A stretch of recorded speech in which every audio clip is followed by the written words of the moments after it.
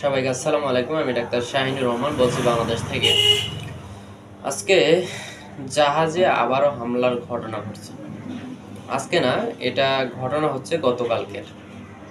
আমি খবরটা যেহেতু আজকে দিচ্ছি, তো খবর হচ্ছে ইয়েমেনের দক্ষিণ পশ্চিম উপকূলে লাগোয়া লোহিত সাগরে বাণিজ্যিক এক জাহাজে হামলা হয়েছে। ব্রিটেনের সমুদ্র নিরাপত্তা বিষয়ক সংস্থা মেরিটাইম ট্রেড অপারেশন এজেন্সি বলছে, রোববার লোহিত সাগরে ওই জাহাজ লক্ষ্য করে অন্তত ৮টি ছোট নৌকা থেকে গুলি ও রকেট চালিত গ্রেনেড নিক্ষেপ করা হয়। সংস্থাটি বলছে, এই ঘটনায় জাহাজে থাকা সশস্ত্র নিরাপত্তা কর্মীরা পাল্টা গুলি চালিয়েছেন এবং এখনও জাহাজে গুলি পাল্টা গুলি চলছে। তবে এই হামলার দায় তাৎক্ষণিকভাবে কেউ স্বীকার করেনি। চলতি বছরের এপ্রিলের মাঝামাঝি সময়ের পর থেকে ওই অঞ্চলে এটি এ ধরনের প্রথম হামলার ঘটনা। ফিলিস্তিনের অবরুদ্ধ গাজা উপত্যকায় যে হামলা এবং সম্প্রতি 12 দিনের যে ইরান-ইসরায়েল সংঘাত এবং যুক্তরাষ্ট্রের ইরানের পারমাণবিক স্থাপনায় বিমান হামলার কারণে মধ্যপ্রাচ্যে তুমুল উত্তেজনা বিরাজ করছে। এরই মাঝে রোববার লোহিত সাগরে বাণিজ্যিক জাহাজ আক্রান্ত হওয়ার ঘটনা ঘটল। ব্রিটেনের সমুদ্র বিষয়ক নিরাপত্তা বিষয়ক সংস্থা ইউকেএমটি ও এমরে বলছে, ইয়েমেনের হুদাইদা বন্দর থেকে ৫১ নটিক্যাল মাইল দক্ষিণ পশ্চিমে রোববারের এই হামলার ঘটনা ঘটেছে। তবে ব্রিটিশ এই দুই সংস্থা আক্রান্ত জাহাজের নাম প্রকাশ করেনি।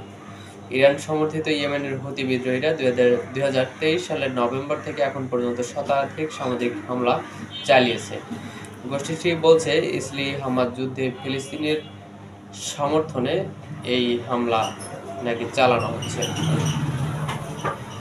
যুদ্ধকালীন লোহিত সাগর ও এডেন উপকূলে অন্তত ২টি জাহাজ ডুবিয়ে দিয়েছে হুতিরা। পাশাপাশি পশ্চিমা একটি জাহাজ ছিনতাই ও অন্তত ৪ জন নাবিককে তারা শেষ করেছে ইয়েমেনের এই গোষ্ঠীটি। হুতিদের হামলায় সমুদ্রপথের বৈশ্বিক যোগাযোগ ব্যবস্থা মারাত্মকভাবে ব্যাহত হয়েছে। অনেক কোম্পানি বিকল্প রুট ব্যবহার করতেছে। জবাবে যুক্তরাষ্ট্র গোষ্ঠীটির বিরুদ্ধে পাল্টা বিমান হামলা চালায়। যুক্তরাষ্ট্রের প্রেসিডেন্ট ডোনাল্ড ট্রাম্প গত মে মাসে ইয়েমেনের হুতিদের ওপর বিমান হামলা বন্ধ করার ঘোষণা দেন। ওই সময় তিনি বলেন, গুরুত্বপূর্ণ সামুদ্রিক পথে হামলা বন্ধ করতে রাজি হয়েছে হুতি বিদ্রোহীরা। চুক্তিতে যুক্তরাষ্ট্র ও হুতি কোনো পক্ষই একে অপরকে লক্ষ্য করবে না বলে শর্ত দেওয়া হয়েছে। এমনকি লোহিত সাগর ও বাব আল মান্দা প্রণালীতেও হামলা বন্ধ রাখার শর্ত মেনে নেয় হুতিরা। সেই সময় এক বিবৃতিতে হুতিদের সঙ্গে চুক্তির বিষয়টি নিশ্চিত করা হয়। তবে গত জুনে হুতিরা হুমকি দিয়ে জানায়, ইরানের বিরুদ্ধে ইসরায়েল যদি হামলায় যুক্তরাষ্ট্র অংশ নেয়, অর্থাৎ ইরানের বিরুদ্ধে ইসরায়েল হামলায় যদি যুক্তরাষ্ট্র অংশ নেয়, তাহলে কিন্তু আবারও হামলা চালাবে বলে পাল্টা হুঁশিয়ারি দেন। যুক্তরাষ্ট্র ইরানের পারমাণবিক স্থাপনায় গত মাসে হামলা চালানোর পর হুতিরা সেই হুমকি বাস্তবায়ন করবে কিনা তা এখনও পরিষ্কার নয়, সূত্র হচ্ছে রয়টার্স।